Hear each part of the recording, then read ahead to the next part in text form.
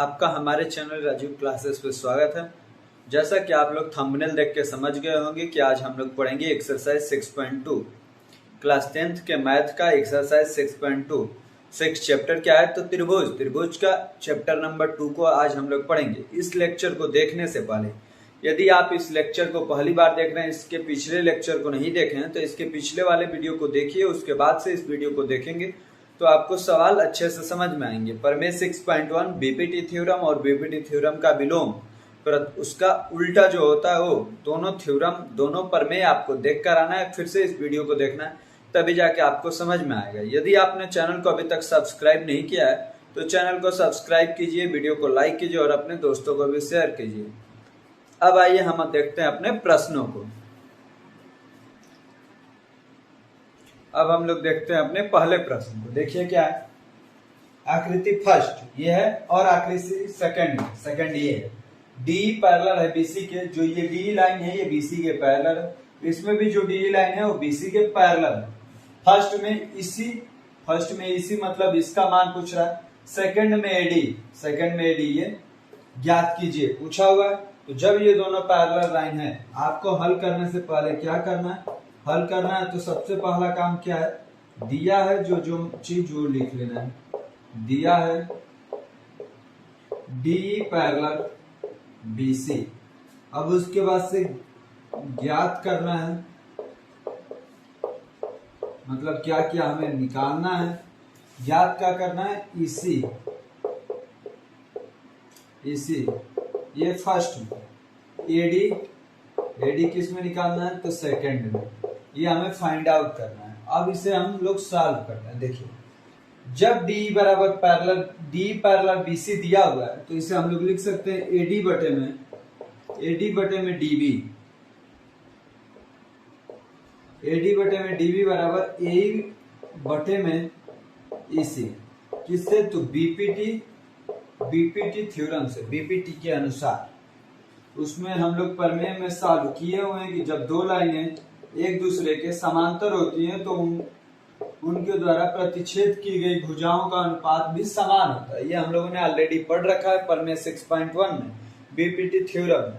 अब हम लोग ये लिख लिए तो एडी का मान दिया हुआ है 1.5 तो यहाँ पर रखेंगे 1.5। डीबी का भी मान 3 दिया हुआ है तो यहाँ पर एई का मान 1 दिया हुआ है, ईसी का मान नहीं दिया है। ये हो गया। ये हम किसके लिए कर रहे हैं, ईसी निकाल रहे हैं आकृति फर्स्ट में, इसलिए आकृति फर्स्ट के ही अनुपातों को हम लिख रहे हैं। अब देखिए ये इसी इस पूरे को पलट देंगे क्योंकि इसी नीचे, तो क्या हो जाएगा, इसी इक्वल टू 3/1.5। इसी की वैल्यू कितनी आ जाएगी, इसी की वैल्यू आ जाएगी 2 सेंटीमीटर। ये आ गया आकृति फर्स्ट वाला आंसर। एक आंसर हमने निकाल दिया, इसी का मान कितना होगा 2 सेंटीमीटर। हमें उम्मीद हो कि आप लोगों को अच्छे से समझ में आ रहा होगा तो वीडियो को लाइक कीजिए। अब हम लोग कर लेते हैं दूसरे के लिए। इसी में दूसरा मतलब जो ये एडी हमसे पूछ रहा है, कैसे सॉल्व करेंगे इसे, तो इसमें भी लिखेंगे AD upon DB AE upon EC, AD upon DB AE upon EC किसके अनुसार तो बीपीटी थ्योरम के अनुसार, बीपीटी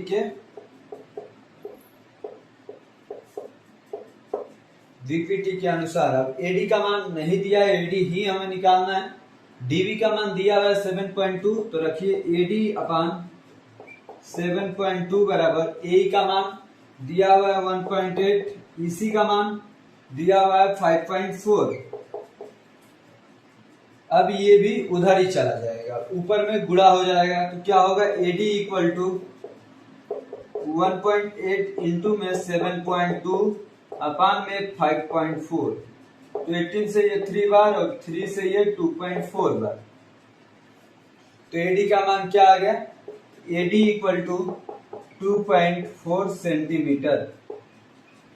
ये रहा हमारे दूसरा पूछा हुआ है। मैं एडी ज्ञात कीजिए दूसरे आकृति में, तो ये हमने दूसरे आकृति में एडी का मान निकाल दिया।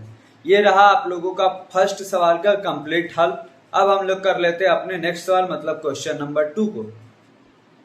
अब हम लोग सॉल्व करते हैं अपने दूसरे प्रश्न को। देखिए दूसरा प्रश्न क्या है, किसी त्रिभुज PQR की भुजाओं PQ और PR पर क्रमशः बिंदु, त्रिभुज कैसा है PQR, तो हम त्रिभुज बना लेते हैं PQR। ये हो गया हमारा त्रिभुज PQR, हाँ त्रिभुज PQR हो गया। PQ और PR पे, PQ और PR पे, PQ और PR पे, तो PQR हो गया।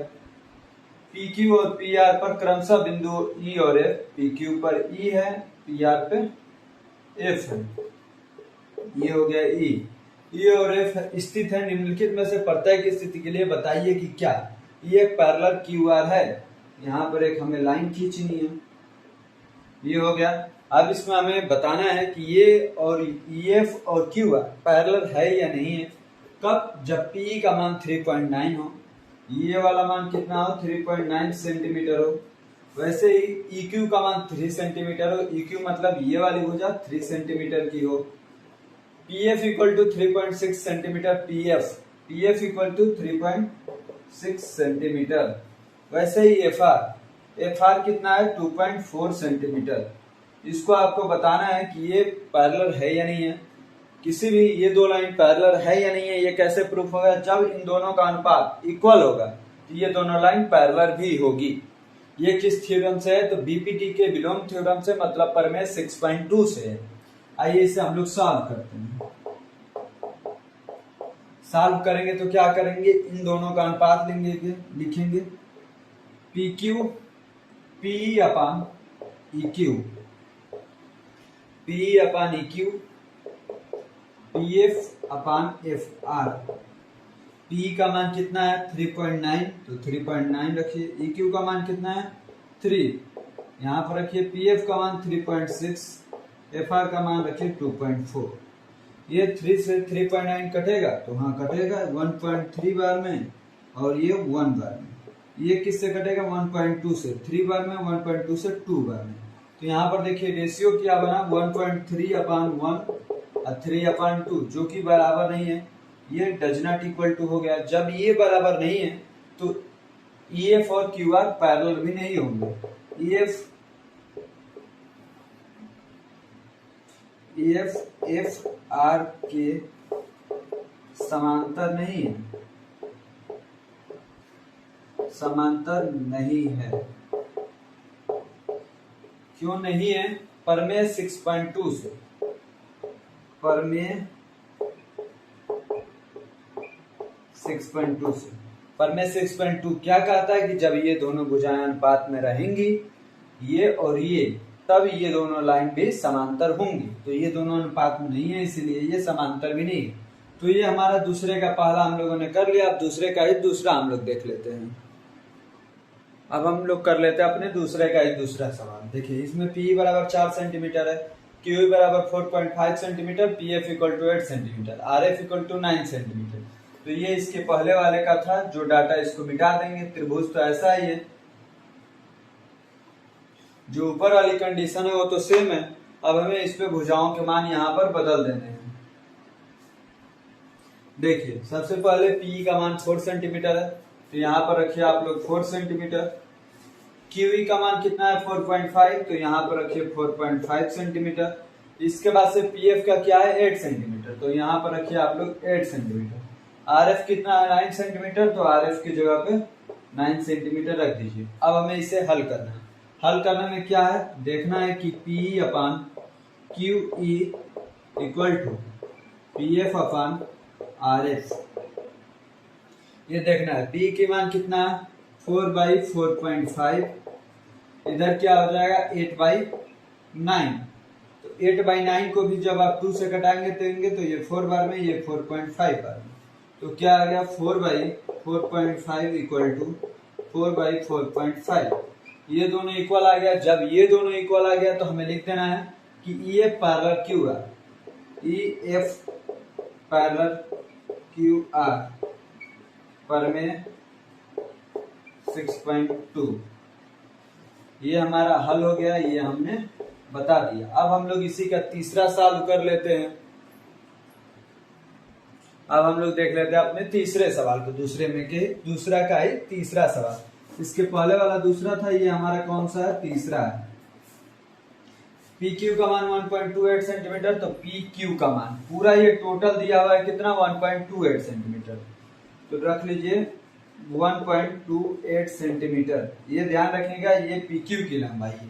P R equal to 2.56 centimeter, P R ये भी टोटल कितना है, 2.56 सेंटीमीटर पी आर की वैल्यू टोटल।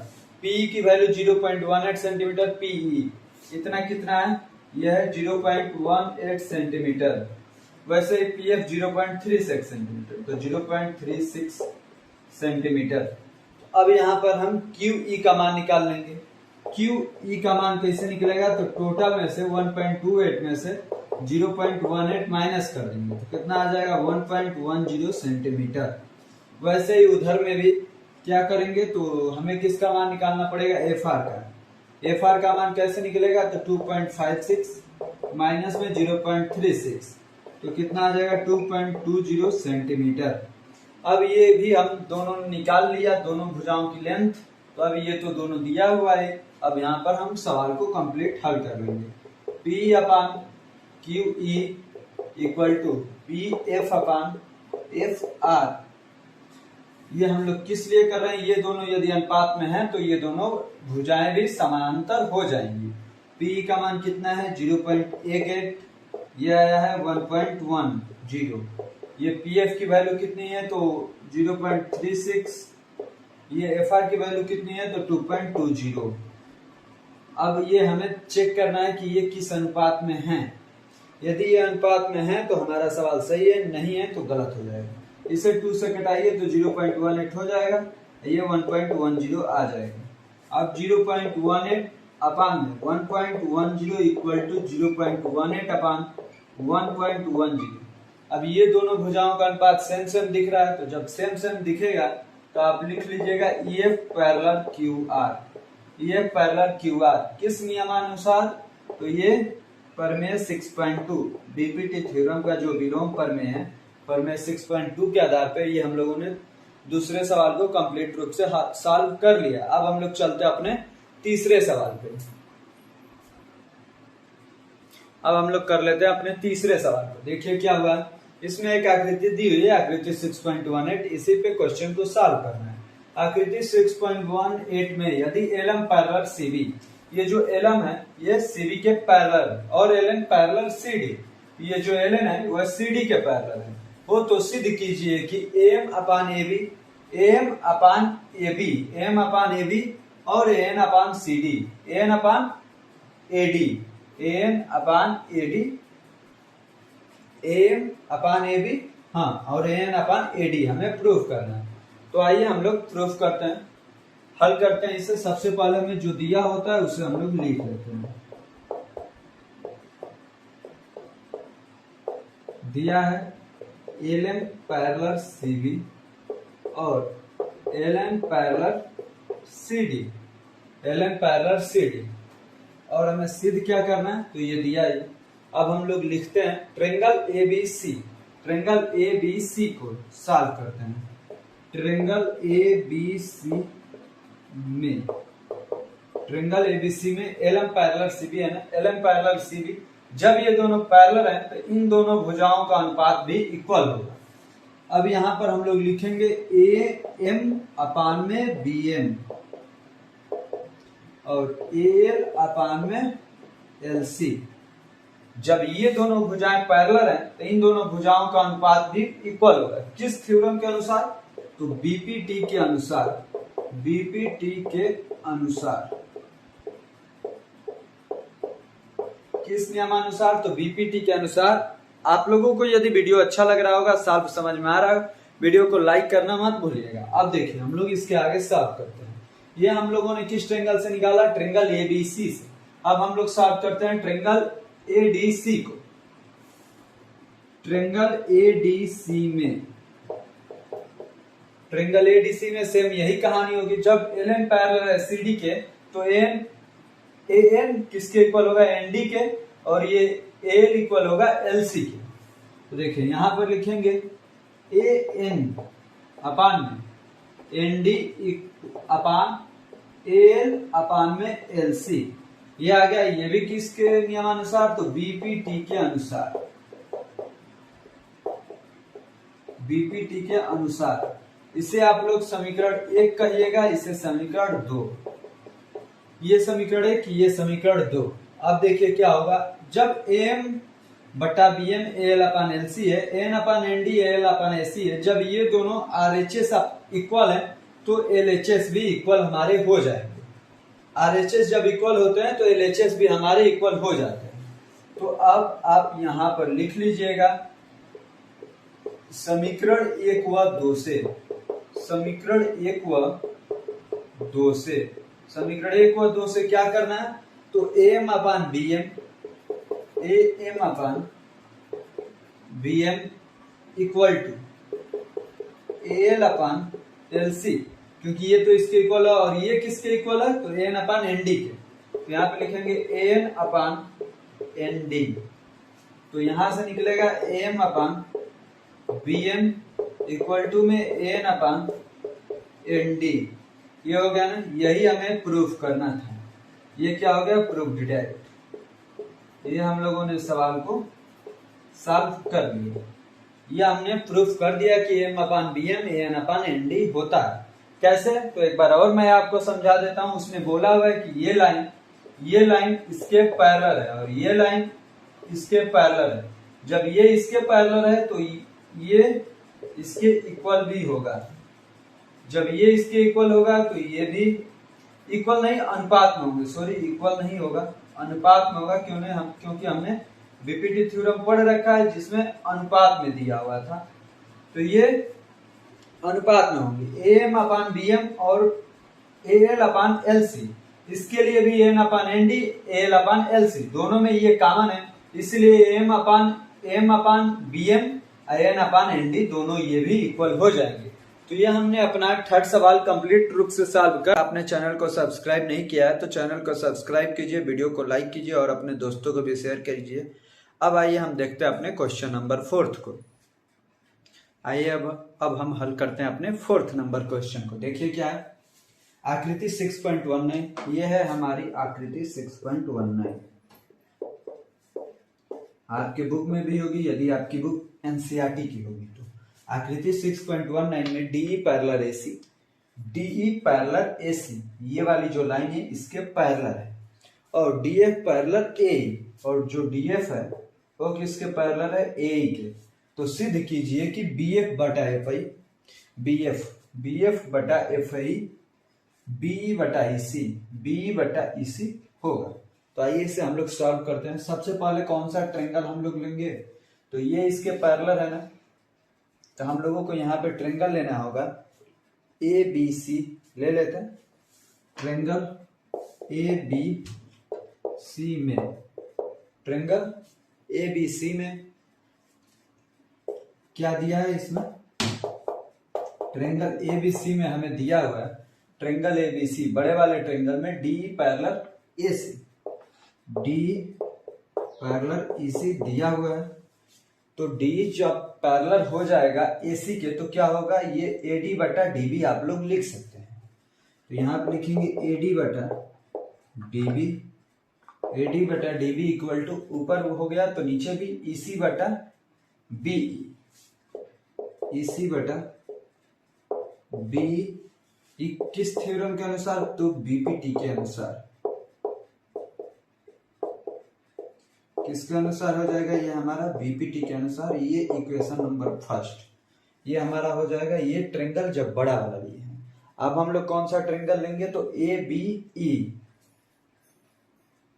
अब लेते हैं ट्रायंगल ए बी ई में, ट्रायंगल ए बी ई में जब लेंगे तो ये बोला हुआ है जो डीएफ वाली लाइन है ए ई के पैरेलल है, तो यहाँ पे लिखेंगे डीएफ पैरेलल ए ई। डीएफ किसके पैरेलल हो जाएगा, ए ई के। तो जब डीएफ पैरेलल होगा ए ई के तो एडी बटा बीडी यहां भी होगा, एडी बटा डीबी इक्वल टू, एडी बटा डीबी यहां भी होगा, नीचे में क्या होगा, तो ईएफ बटा एफ बी, ईएफ बटा एफ बी। ये किसके अनुसार, तो ये भी बीपीटी के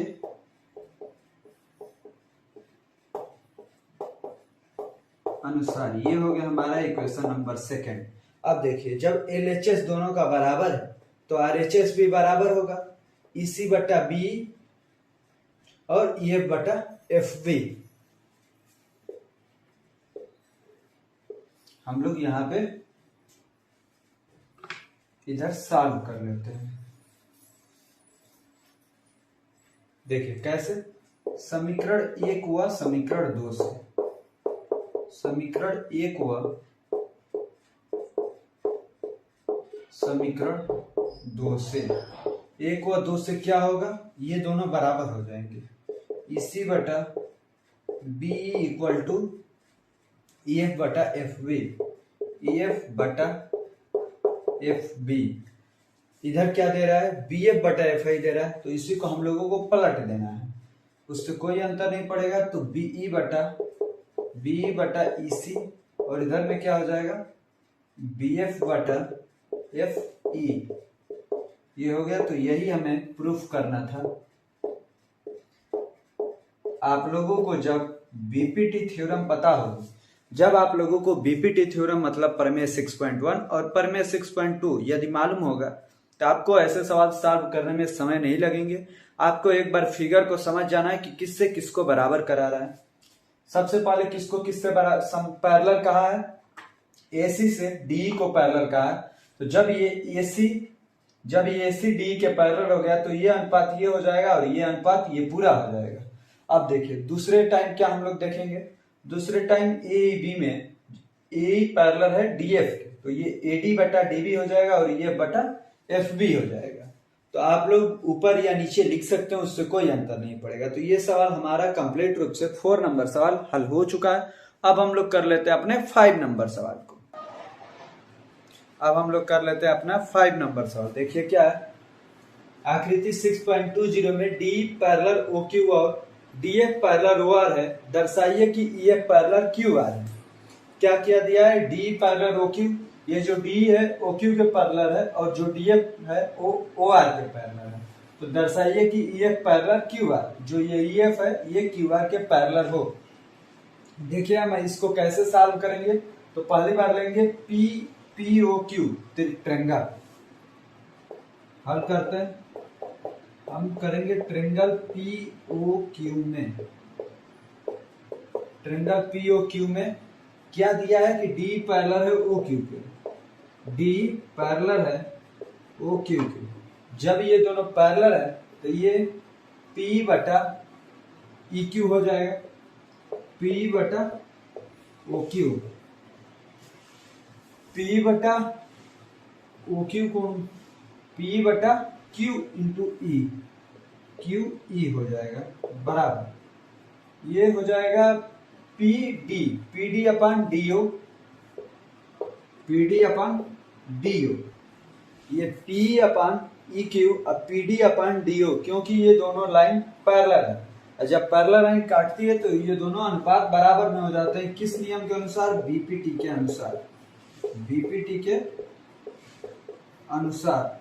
ये कौन सा इक्वेशन बना यहाँ पर, तो इक्वेशन नंबर फर्स्ट, इसे आप लोग लिख लेंगे। अब देखिए सेकंड ट्रायंगल में चलते हैं पी ओ आर में, ट्रायंगल पी ओ आर में। जब ट्रायंगल पी ओ आर में जाएंगे तो क्या होगा, यहाँ पे दिया हुआ था DF parallel O R, DF parallel O R, तो DF parallel O R, DF parallel O R, तो पीएफ बटा एफ आर, पीएफ बटा, इसको उस साइड लिखेंगे क्योंकि हाँ पीएफ बटा एफ आर बराबर, ये देखिए पीडी अपन डीओ है ना, यहाँ पे भी पीडी अपन डीओ आपको मिल जाएगा, पीडी अपन डीओ। ये हुआ बीपीटी के अनुसार, आप लोग लिखेंगे बीपीटी के अनुसार। ये कौन सा इक्वेशन हो गया, इक्वेशन नंबर 2। जब आप देखेंगे कि इसमें आरएचएस बराबर है, जब आरएचएस बराबर है तो एलएचएस भी बराबर हो जाएगा। तो यहाँ पे लिख देंगे आप समीकरण 1 हुआ समीकरण 2 से, समीकरण 1 हुआ समीकरण 2 से P upon Q E, P E upon Q E equal to P F upon F R, P F upon F R. अब देखिए जब ये दोनों अनुपात में हो गए पी अपान क्यू ई और P F upon F are, जब ये दोनों अनुपात में हो गए तो क्या हो जाएगा, ये दोनों लाइनें समानांतर हो जाएंगी। देखिए तब क्या लिख देंगे, तब E F parallel Q R, ये किस नियम के अनुसार होगा, तो बीपीटी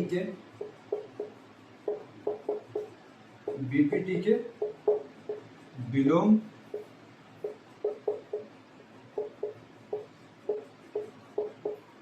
के अनुसार। यही हमें प्रूफ करना था, ये हमारा प्रूफ हो गया। तो ये आपका 5 नंबर सवाल भी कंप्लीट रूप से सॉल्व हो गया है। आप लोगों को समझ में भी आया होगा।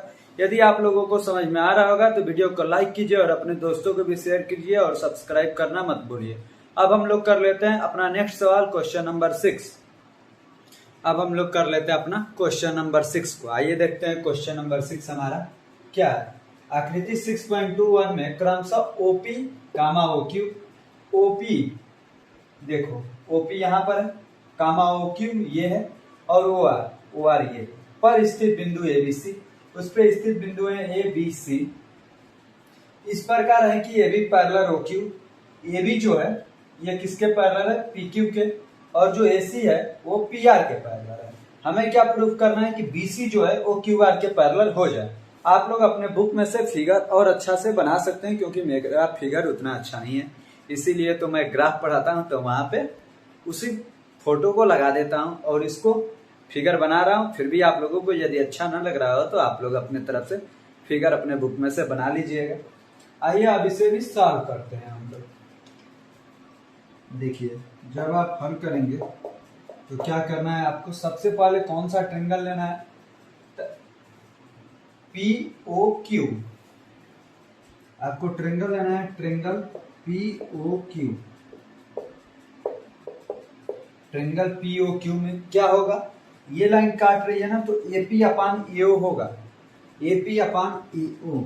इसमें सबसे पहले पैरेलल वाले लाइन लिख लेते हैं कि क्या हमें क्या दिया है, तो A B parallel P Q दिया हुआ है, A B parallel P Q. ये जो ए बी है वो पी क्यू के पैरेलल है, तो ये बीच वाली लाइन काट रही है ना, तो ए पी अपान एओ हो जाएगा, ए पी अपान में एओ बराबर है, ये हो जाएगा इधर बी क्यू अपान बी ओ,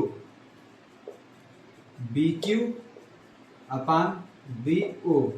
ये किसके अनुसार, तो बीपीटी के अनुसार, बीपीटी के अनुसार। कौन सा इक्वेशन है, तो इक्वेशन नंबर 1। ऐसे ही अब हम लोग करेंगे पीओआर ट्रायंगल को लेकर के साथ। ट्रायंगल पीओआर में,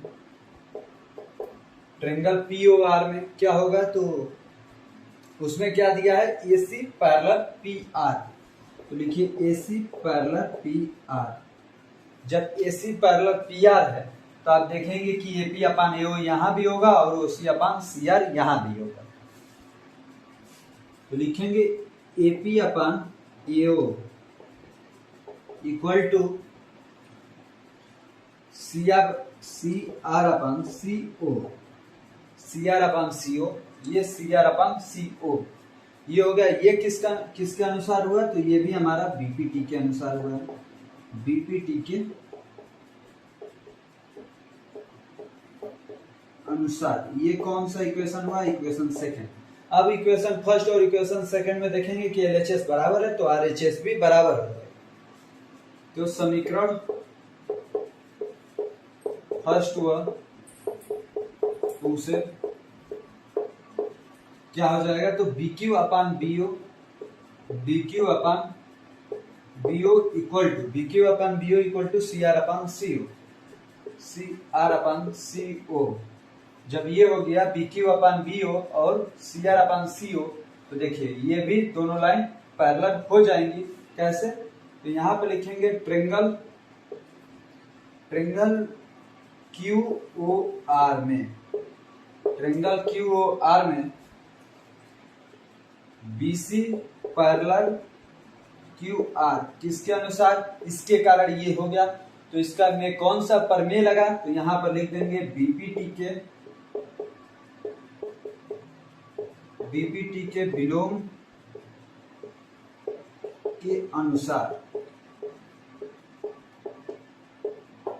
बीपीटी के विलोम के अनुसार यही हमें प्रूफ करना था और हमने प्रूफ कर दिया है। प्रूफ्ड डेट, हमको उम्मीद है प्रूफ्ड डेट या इतनी सीधा। अपने चैनल को सब्सक्राइब नहीं किया तो चैनल को सब्सक्राइब कीजिए, वीडियो को लाइक कीजिए और अपने दोस्तों को भी शेयर कीजिए।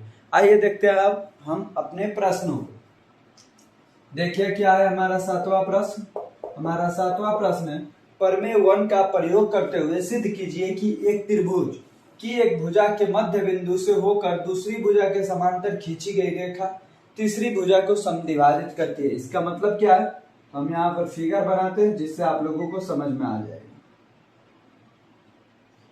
ये त्रिभुज है ABC, ये इस भुजा का मान लीजिए कि मध्य बिंदु है क्या है D। मध्य बिंदु से इस रेखा के समानांतर खींची गई रेखा तीसरी भुजा को समद्विभाजित करती है, यही हमें प्रूफ करना है। तो सबसे पहले लिखेंगे कि क्या क्या हमें दिया हुआ है। यहाँ पे लिखेंगे दिया है, क्या क्या दिया है कि करते हुए सिद्ध कीजिए कि एक त्रिभुज की एक भुजा के मध्य बिंदु, मतलब ये त्रिभुज की मध्य बिंदु है इस भुजा की। कैसे इसको लिखेंगे, AD बराबर DB, AD बराबर DB। AD किसके बराबर है, DB के बराबर है। तो यहां तक हो गया मध्य बिंदु से होकर दूसरी भुजा के समांतर, मतलब इस भुजा के समांतर भी ये हमने खींच रखा है। तो लिखना है BC पैरेलल D, ये भी हमें दिया हुआ है। क्या दिया है, BC पैरेलल है किसके, D के पैरेलल है। अब क्या बताना है, दूसरी भुजा के समांतर खींची गई रेखा तीसरी भुजा को समद्विभाजित करती है। इस भुजा को समद्विभाजित करती है, ये हमें बताना है कि समद्विभाजित करती है या नहीं करती है। तो आइए अब हम सॉल्व करते हैं। सबसे पहले दिया है ये लिख लिए, अब क्या करना है, सिद्ध क्या करना है ये लिख लेते हैं।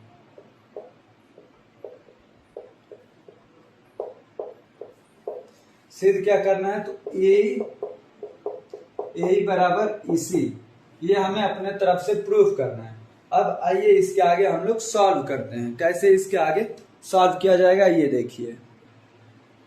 देखिए आपके क्वेश्चन में ही दिया हुआ है किसके प्रयोग करके सॉल्व करना है, प्रमेय 1 का प्रयोग करते हुए इस सवाल को सिद्ध करना है। प्रमेय 1 क्या कहता है कि जब दो भुजा समांतर हो तो उन भुजाओं का अनुपात भी समान होता है। AD अपान क्या हो जाएगा, AD upon DB equal to AE upon EC। ये किस प्रमेय के अनुसार, तो यहाँ पर लिखेंगे प्रमेय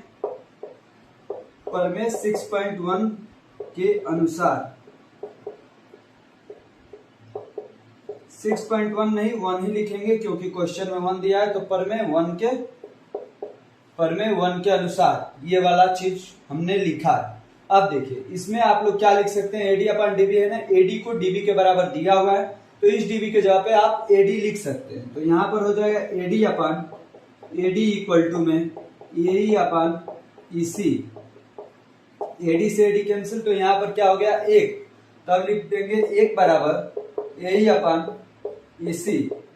तो ये 3 मल्टीप्लाई होगा तो EC इक्वल टू AE। यही हमें प्रूफ करना था, ये हमने प्रूफ कर दिया। तो अब यहाँ पर लिख देंगे प्रूफ्ड डेट। तो ऐसे आपका 7 नंबर सवाल कंप्लीट रूप से सॉल्व हो गया। ऐसा ही हम लोगों का 8 नंबर सवाल भी है, उसमें प्रमेय 2 के अनुसार सॉल्व कर रहे हैं। तो आइए हम अपने 8 नंबर क्वेश्चन को भी देख लेते हैं कैसे उसे हमें सॉल्व करना है। ये रहा हमारा 8 नंबर प्रश्न। देखिए इसे कैसे सॉल्व करना। प्रमेय 2 का प्रयोग करते हुए सिद्ध कीजिए कि एक त्रिभुज की किन्हीं दो भुजाओं के मध्य बिंदुओं को मिलाने वाली रेखा तीसरी भुजा के समांतर होती है, यही हमें प्रूफ करना है। तो आइए सबसे पहले हम ट्रायंगल बना लेते हैं।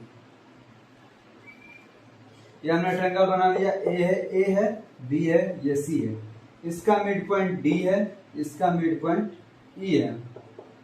इन दोनों को मिला देते हैं। हमें इस फिगर में क्या क्या दिया है, इस क्वेश्चन में क्या क्या दिया हुआ है सबसे पहले इसे लिख लेते हैं, क्या क्या दिया है, क्या क्या दिया है। तो सिद्ध कीजिए कि एक त्रिभुज की किन्हीं दो भुजाओं के मध्य बिंदु, मतलब ये भुजाओं के मध्य बिंदु, ए बी का ये डी मध्य बिंदु है, तो क्या हो जाएगा एडी इक्वल टू डीबी, और इधर A equal to EC, A equal to में ईसी, ये तो हमें दिया हुआ है। मिलाने वाली रेखा तीसरी भुजा के समांतर होती है, मतलब ये सिद्ध करना है। तो यहाँ पे लिखते हैं जो सिद्ध करना है,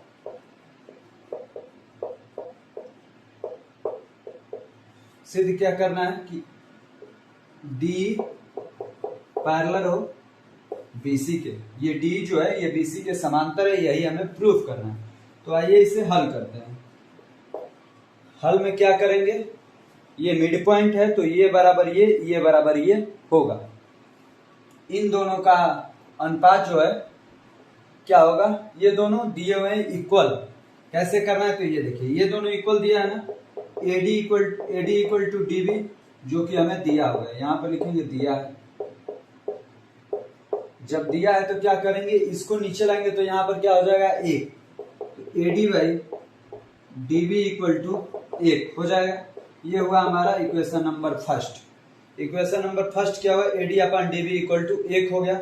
अब देखिए हम लोग ये जो दूसरा है इसको अब लेके हल करते हैं।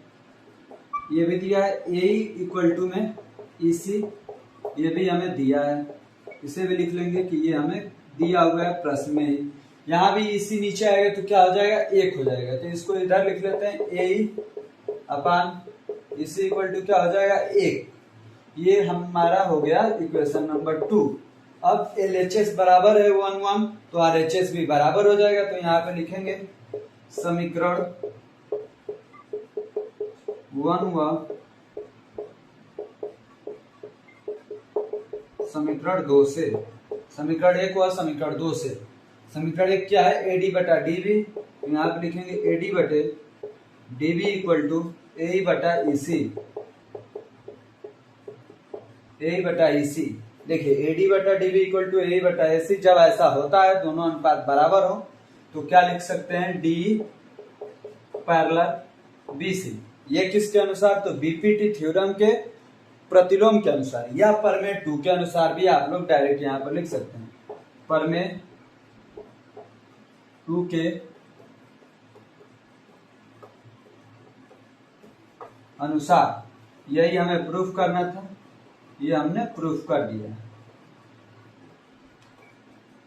अब हम लोग चलते हैं अपने 9th नंबर प्रश्न को, क्योंकि 8 नंबर सवाल कंप्लीटली रूप से सॉल्व हो गया। अब हम आते हैं अपने 9th नंबर सवाल पे।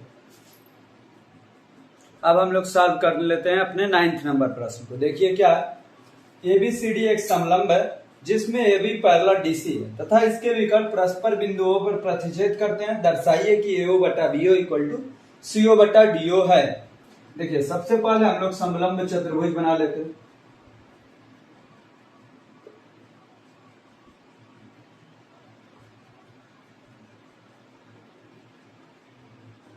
ये हो गया हम लोगों का समलंब चतुर्भुज। समलंब चतुर्भुज में क्या होता है, तो दो भुजाएं समांतर होती हैं। इसमें बोला भी है A B parallel D C, ये हो गया ए बी सी और डी। ए बी पैरेलल है सी डी के बोला हुआ है तथा इसके विकल्प परस्पर बिंदुओं पर प्रतिच्छेद करते हैं। तो विकल्प खींच लेते हैं इसमें। ये कहां पर काटते हैं एक दूसरे को, बिंदु ओ पर। अब हमें इसमें जो जो लिख दिया हुआ है सबसे पहले उसे लिखते हैं।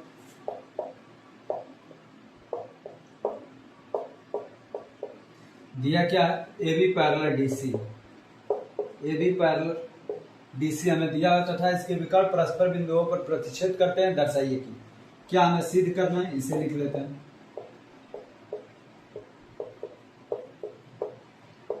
लिखते हैं सिद्ध करना है। क्या सिद्ध करना है, तो एओ बटा बीओ इक्वल टू सीओ बटा डीओ। इसमें हम थोड़ा सा रचना करेंगे। क्या रचना करेंगे, तो ये देखिए ओ से एक पैरेलल लाइन खींचेंगे ई तक, इन दोनों के सापेक्ष। रचना क्या की है, ओई जो लाइन है ये किसके पैरेलल है, ए बी के पैरेलल है। ए बी किसके पैरेलल है, सी डी के पैरेलल है। तो ये हम लिख सकते हैं, ये हमने रचना किया हुआ। अब इसके आगे हम लोग सवालों को सॉल्व करेंगे। अब करते हैं सॉल्व। हम लोग एक ट्रेंगल लेते हैं, कौन सा, ACB, ट्रेंगल ABC को लेते हैं। ट्रेंगल ABC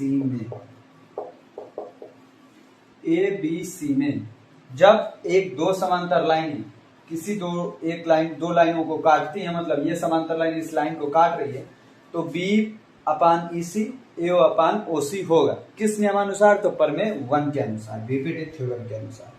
यहां पर लिखेंगे BE/EC इक्वल टू AO/OC। ये किस नियम के अनुसार हो रहा है, तो यहां पर लिख देंगे बीपीटी के अनुसार, बीपीटी के अनुसार। ये हमारा इक्वेशन कौन सा है, तो फर्स्ट है।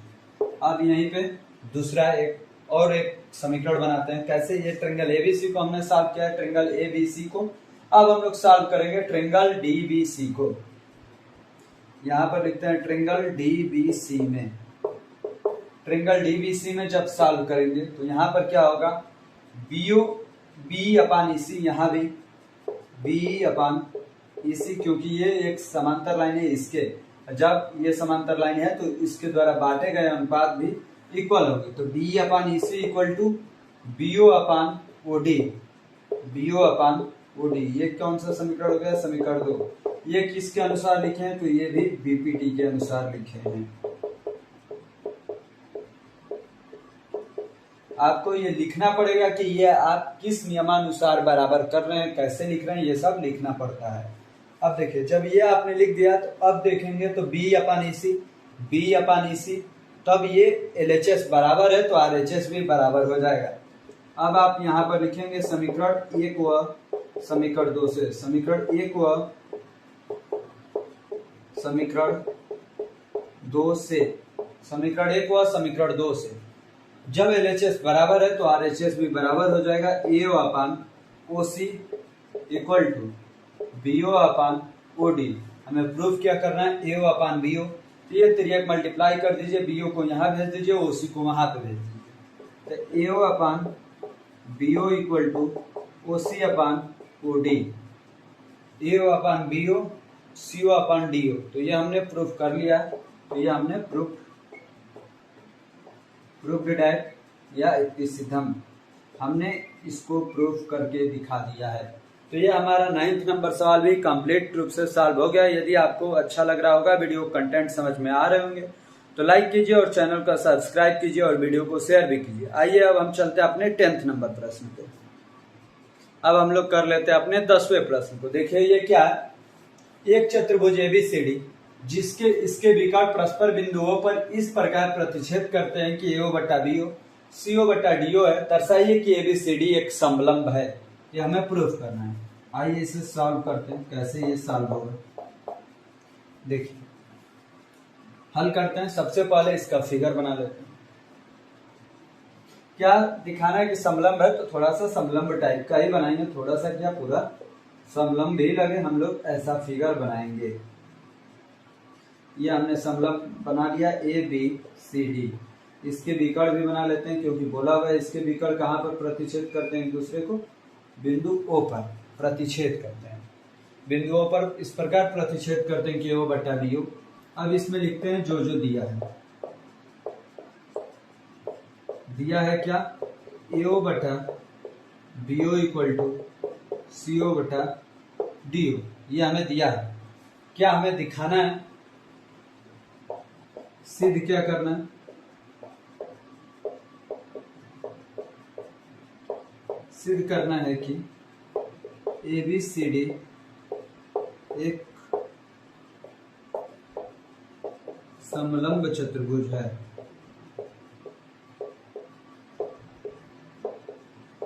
समलंब चतुर्भुज है, इसका मतलब कैसे प्रूफ होगा, तो जब इसमें AB पैरेलल हो जाएगा CD के, तो ये समलंब चतुर्भुज प्रूफ हो जाएगा। हमें क्या करना है, AB को CD के पैरेलल दिखाना है।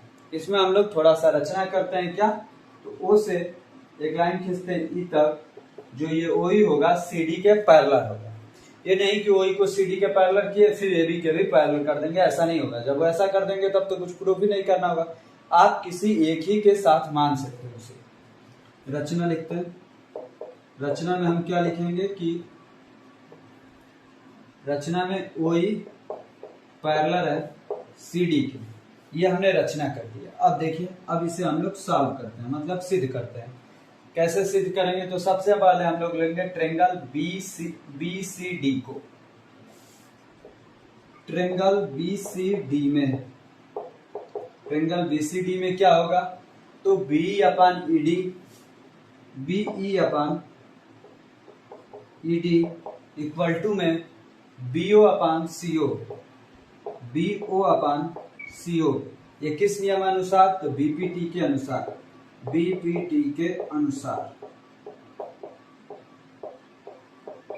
ये क्या हो गया हमारा? Equation number first. ये हमारा इक्वेशन नंबर फर्स्ट हो गया। अब इसमें जो दिया हुआ है इसे आप मानेंगे कि ये है इक्वेशन नंबर सेकंड। देखिए क्या दिया था हमें? AO बटा BO इक्वल टू CO बटा DO, जो हमें क्वेश्चन में दिया हुआ था। इसे हम लोग लिख लेते हैं, यहां पर लिख देंगे कि दिया है। तो इसके जैसा करते हैं। कैसे? ये देखिए BO अपान CO है ना, तो इसमें भी BO अपान CO कर लेते हैं। BO अपान CO, BE बटा ED BO अपान CO। ये कैसे होगा? BO अपान CO, तो AO DO AO upon BO CO upon DO। ये आपको बुक में दिया हुआ है। BO अपान CO हमें ऐसा करना है कि BO अपान CO हो जाए। तो कैसे होगा ये? तो DO को यहाँ पर भेजते हैं, DO को, और AO को यहाँ पर भेज देंगे। तो फिर BO यहाँ पर जाएगा तो CO यहाँ पर आ जाएगा। कैसे ये हल होगा? आइए हम देखते हैं। हमने थोड़ा सा ये फिगर में गलत नाम लिख दिया है। ये ABC यहाँ पर होगा, D इधर होगा। C यहाँ पर लिखिए, D यहाँ पर लिखिए। अब देखिए अब सही हो जाएगा। ये तो दिया था, ये सिद्ध करना था, तो इसमें कुछ है नहीं। रचना में OE पैरेलल CD, ये भी ठीक है। ट्रायंगल BCD में अभी भी ठीक है। ये BE अपान EC होगा, ना कि ED होगा। BE अपान क्या होगा? EC होगा। इधर BO अपान OD होगा, BO अपान OD होगा। ये हो गया। यहाँ पर देखिए, अब हमारा सवाल इजी वे से सॉल्व हो जाएगा। थोड़ा सा भी गलती करेंगे तो दिक्कत हो जाएगा। ये OD को यहाँ पर भेजते हैं, OD upon BO equal to CO upon AO। ये हो जाएगा हमारा इक्वेशन नंबर सेकंड। अब इसमें देखेंगे तो OD बटा BO, इसमें BO बटा OD है, तो ये कैसे सॉल्व होगा? तो आप इसी को पलट दीजिए, नहीं तो इसको जो इधर ट्रांसफर किए हैं इसको इधर ना ट्रांसफर करके BO को हम उधर ट्रांसफर करते हैं, CO को नीचे लाते हैं। तो AO बटा CO equal to BO upon DO। ये हमारा इक्वेशन नंबर सेकंड लिखिए। अब देखिए BO बटा OD, अब BO बटा OD यहाँ भी दिख रहा है। DO या OD से कोई अंतर नहीं पड़ने वाला है। तो जब RHS बराबर है तो LHS भी बराबर हो जाएगा। अब यहाँ पर लिखेंगे समीकरण 1 व 2 से, समीकरण 1 व 2 से क्या होगा? जब RHS बराबर है तो LHS भी बराबर हो जाएगा, मतलब BE अपान EC, इधर BO बटा OD, मतलब ये AO बटा CO। अब देखिए BE बटा EC मतलब BE बटा EC, AO बटा CO, मतलब ये जो लाइन है इसके भी पैरेलल हो गई। ये हमने प्रूफ कर दिया। किस नियमानुसार? तो यहाँ पर लिख देंगे OE पैरेलल AB। ये किसके अनुसार हुआ है? तो प्रमेय BPT के विलोम के अनुसार हुआ है। यहाँ पर लिखेंगे BPT के विलोम के अनुसार, BPT के विलोम के अनुसार। आप लोग इसे लिख लीजिएगा, मैं यहीं पर मिटा करके इसके आगे सॉल्व कर दे रहा हूं। अब देखिए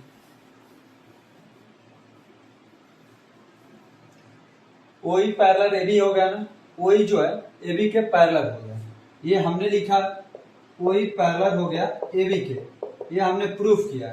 और हमने रचना में क्या लिखा था कि OE पैरेलल है DC के, OE पैरेलल है DC के, ये रचना में था। ये तो हमने सॉल्व करके लिखा। ये देखिए जब OE है दोनों तरफ तो ये RHS भी बराबर हो जाएगा। जब LHS बराबर है तो RHS भी बराबर, मतलब AB parallel DC, A B parallel क्या हो जाएगा DC, यही हमें सिद्ध करना था। यहाँ पर लिख दीजिए प्रूव्ड दैट, ये हमने प्रूफ कर दिया कि ABCD एक समलंब चतुर्भुज है। तो इस प्रकार से हमारा 10 नंबर सवाल कंप्लीट रूप से सॉल्व हो गया और हमारा 6.2 एक्सरसाइज भी सॉल्व हो गया है। हमारा एक्सरसाइज 6.2 भी कंप्लीट रूप से सॉल्व हो गया आपके NCERT मैथ के अकॉर्डिंग। अब हम लोग अगले दिन एक्सरसाइज 6.3 से पहले जो प्रमेय हैं उन प्रमेयों को पढ़ेंगे, उसके बाद से हम अपनी एक्सरसाइज 6.3 को पढ़ेंगे। आप ऐसे ही हमारे चैनल पे बने रहिए, हम आपका हर एक मैथ के क्वेश्चन को सॉल्व कराते रहेंगे और आप लोग अपने बोर्ड वाले नंबर में इजाफा करते रहिए। आपको अंत तक बने रहने के लिए धन्यवाद। यदि अभी तक आपने चैनल को सब्सक्राइब नहीं किया है तो चैनल को सब्सक्राइब कीजिए, वीडियो को लाइक कीजिए और अपने दोस्तों को भी शेयर कीजिए। धन्यवाद।